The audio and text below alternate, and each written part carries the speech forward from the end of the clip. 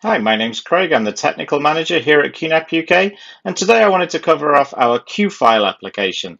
This is an application that basically mirrors FileStation that's in the web user interface of your QNAP, just the mobile version, and it's available for both iOS and Android. If I launch straight into QFile, we'll see it does a passcode thing straight away.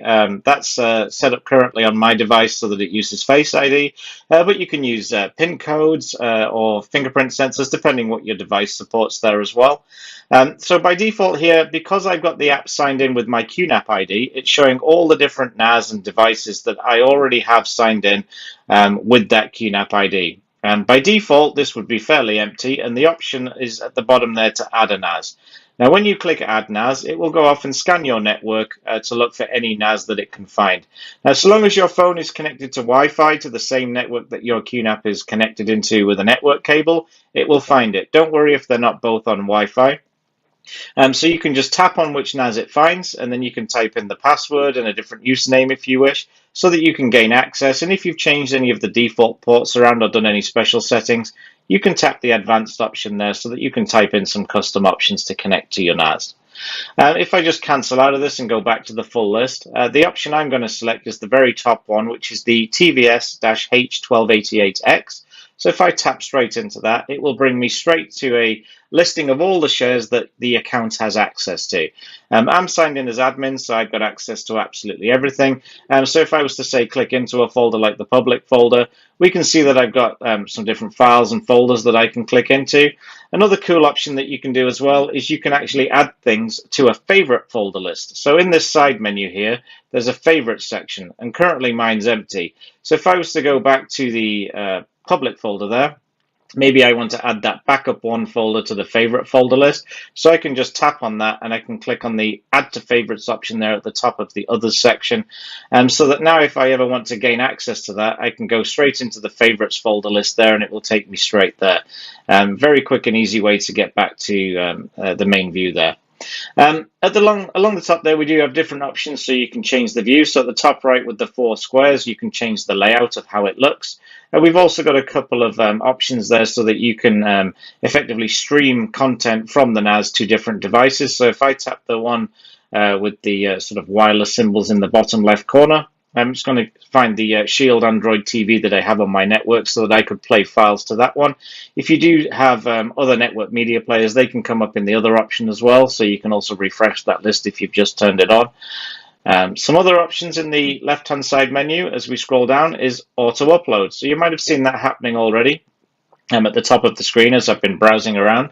I've got auto upload enabled. So what it's going to do is scan my device for any new photos or videos that I have, and it's going to automatically upload those based on the settings I had when I set that up. So they're going to the TVS H1288X, and I'm doing it over the QSync application that we have, and they're all going to a destination called camera uploads.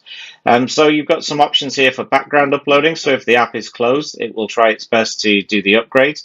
That works a lot better on Android. There's a lot more multitasking support there, but on iOS it does work to a point, but it does work faster if the app is open.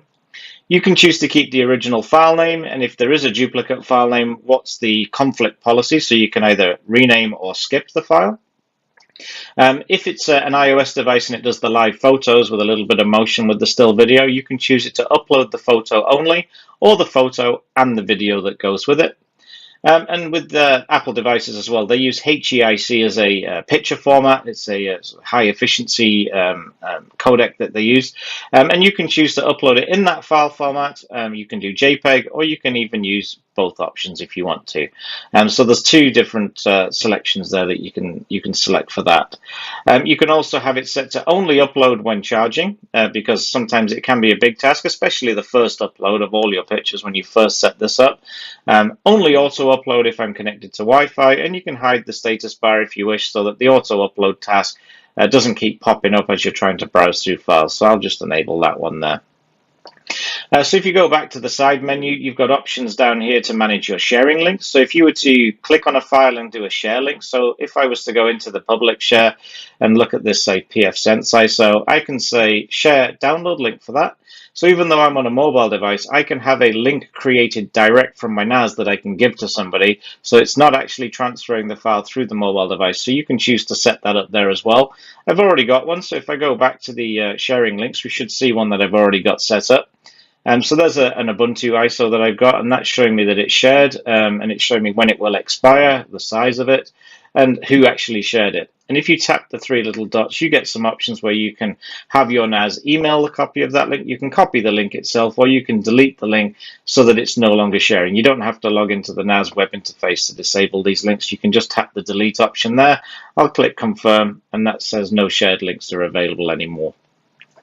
So if we go back to the side menu, we can see things like background tasks and download folders. So the download folder is really like a history of everything that you've done. It's a local cache. So if you've opened up a 5 meg JPEG file before, it will be able to be stored in there, and you can access the download folder to access some recent items that you've already accessed. And we also have the settings option. So settings is really the settings for the whole app. There's quite a few options in here. So you've got conflict settings up there for uploads, downloads, and copy move tasks. So you can choose what the action is for those. You can add your QNAP ID right there as well. As you scroll down, you've got the cache. So that's those local files in that download folder. And you can clear that cache if it's using up too much space on your device if you want to.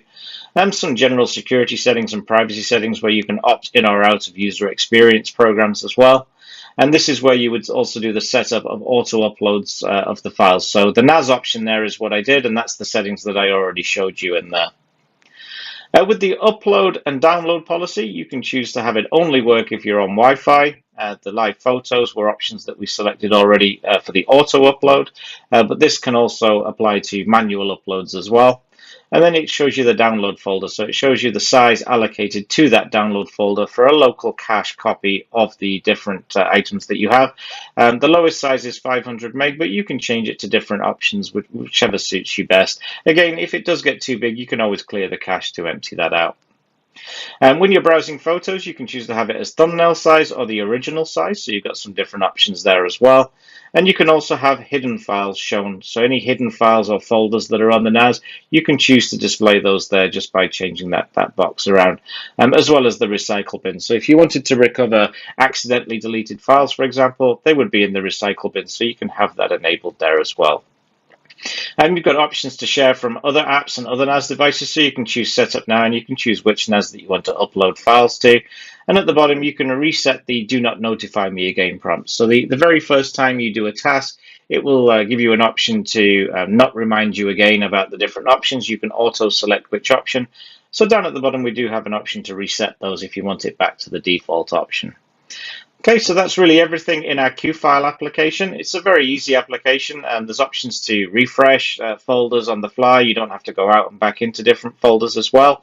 It is free. Again, it is available for both iOS and Android, and it really does help you do management tasks within different things on your NAS. There's lots of different options that you can do: copying, moving, creating zip files with the compress option. You can do a lot of different options within this app, and every task that you do doesn't go through the device. So if I was to copy a folder to another location on the NAS, it's going to go straight NAS to NAS. I'm just sending the instruction to do that from the device, so it's not going to use any data charges to do those types of things either.